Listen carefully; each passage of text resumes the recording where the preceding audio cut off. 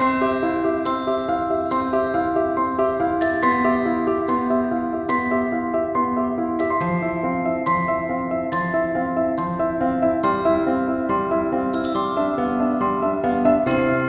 everyone, Christina here. Welcome to day 14 of the holiday card series for 2016. Today I'm going to be using the Joy stamp set from Concord and Ninth, and I'm starting out with some Schoolhouse Red cardstock from Simon Says Stamp. I'm scoring it now to create a card base, but eventually I'll just cut it down and it won't be a card base. But for now, I've got that big long strip of red cardstock hanging out of my Misty tool. This is the mini Misty tool, and I'm using a gridded transparency sheet to make sure I get that Joy stamped on there perfectly straight. I'll go ahead and apply some ink. I'm using Schoolhouse Red cardstock and also the ink, and I'm doing that because I want a tone-on-tone effect.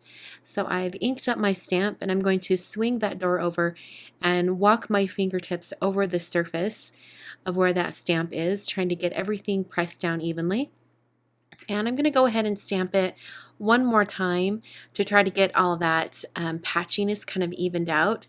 Now this ink in particular is formulated to even out as it dries, so some of that splotchiness would probably go away, but I did notice that there's just one spot right on the O, on the left side of the O, and I just decided, I better stamp that one more time and just really press down, and that seemed to fill in that area.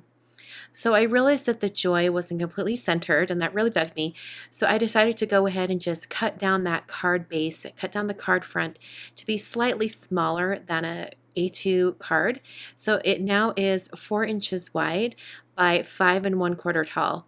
And I'm going to be using the To the World stamp from that same stamp set, but not for a little bit. I'm just placing it there so that I can get some idea of the space I need to reserve for that stamping. So I'm using a pencil and just marking off that area. And now I'm going to take the Cute Snowflakes stamp set from Simon Says Stamp. This is a stamp set that I designed for a card kit last winter, and I thought it would be really fun to take all these snowflakes and have it kind of cluster around the words, but leave that top left corner kind of blank. I want it to sort of lead the eye up to the top right corner, so I'm leaving that top corner blank. So I'm just stamping a bunch of the little snowflakes going all the way up in a big cluster, and I'm also including some of the little hearts that are in the stamp set.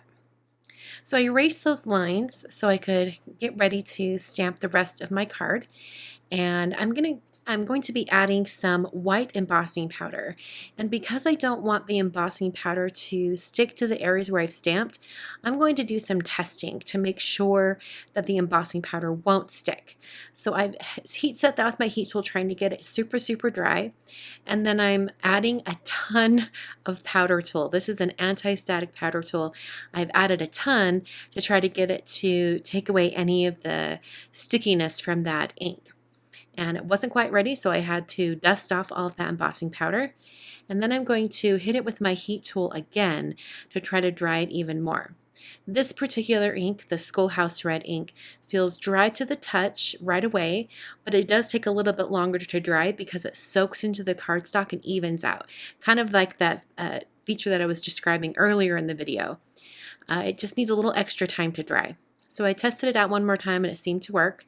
So now I'm going to be stamping a couple images from that Concord and Ninth stamp set. The Large Joy, this is the outline version that is spaced perfectly to go over the top, and then the To the World at the bottom. And I've stamped that in VersaMark ink.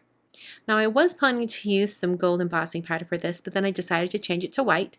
So this is some Hero Arts white embossing powder, and for whatever reason it really wanted to stick to those areas.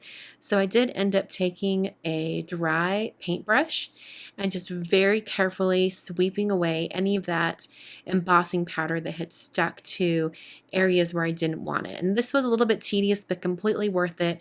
It saved my card so I didn't have to stamp it all over again. So I'm heat setting that with my heat tool until it's smooth and melted. And then I cut down a white card base. This is Nina Solar White. This is the 110-pound version, and I've scored it at 5.5 to create a top folding card. Then added a bunch of foam adhesive on the back of this piece, and then pressed that down onto the card front. The last thing I'm going to do is take a white gel pen around the outer edge of that red piece of cardstock. This is just going to, I felt like it needed a little more white. So I thought just adding that border would really set things off. And that finishes the card for today. Super simple and easy. I think you could make duplicates of this card really easily using a MISTI tool. Just mount all those stamps on all at the same time, and then you can stamp everything all at once. You might have to do it in a couple different stages to get everything close enough, but I think it would work great. Thanks again for watching today's video. I will be back on Thursday with another video. I'm switching things up a little bit. I'll have my other 2 videos for this week on Thursday and Saturday because I'm going to be doing a blog hop on Saturday and I wanted to use the card that I filmed for it on that day. So I'll see you guys then. Thanks so much for watching and I'll catch you guys next time.